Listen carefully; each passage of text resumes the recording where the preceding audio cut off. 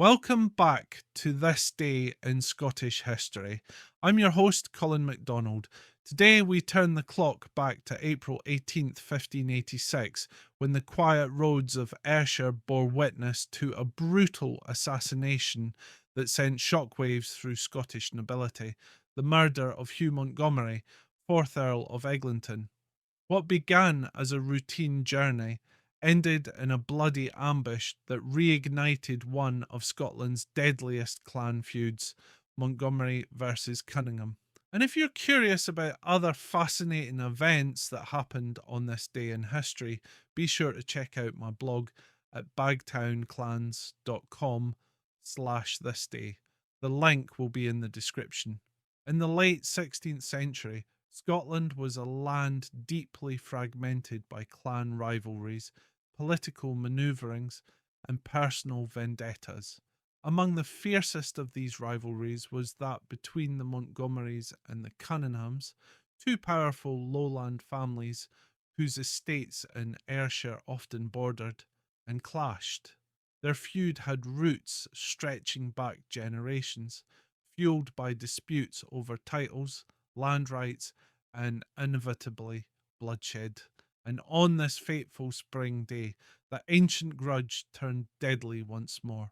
Hugh Montgomerie, the 4th Earl of Eglinton, was young, only in his mid-20s, but already a respected figure within his clan.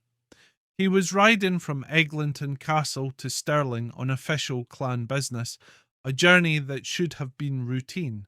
But unknown to him, someone close, perhaps a servant, perhaps a hired man, betrayed him. The route was revealed to the enemy. Lying in wait near the village of Laneshaw, just outside Stewarton, were a band of Cunninghams, armed and ready. They struck without warning. Montgomerie was ambushed and slaughtered, his party overwhelmed. The brutality of the attack stunned even those accustomed to the violence of the time. Some accounts suggest the Cunninghams dragged his body through the dirt, a final insult to the Montgomerie name.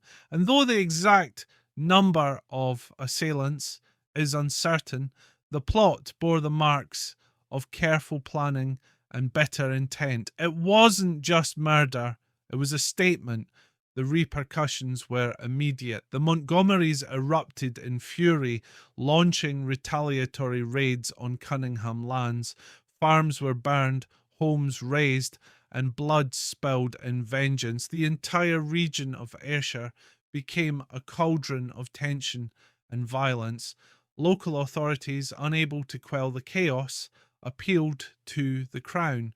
In response, King James VI issued royal commissions, effectively martial law, to restore order in the region. But the damage was already done. Despite the Crown's involvement, the bitterness between the clans didn't end. Far from it. It simmered and flared for another century.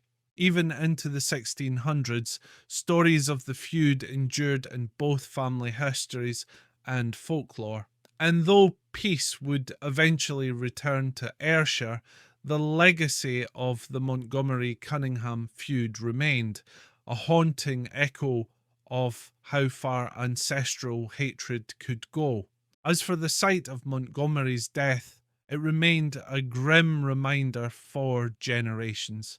Some say a tree stood at the place of the ambush, forever marked in local memory as the Earl's Tree. Whether that's true or not, the story stayed alive through oral tradition, ballads, and whispered tales by the hearth. It's a stark reminder that Scotland's history isn't just about kings and battles, but also about the deep personal conflicts that shaped communities and defined loyalties. Clan feuds were as real and destructive as any war, and their effects were felt far beyond the battlefield. Thank you for joining me today on This Day in Scottish History.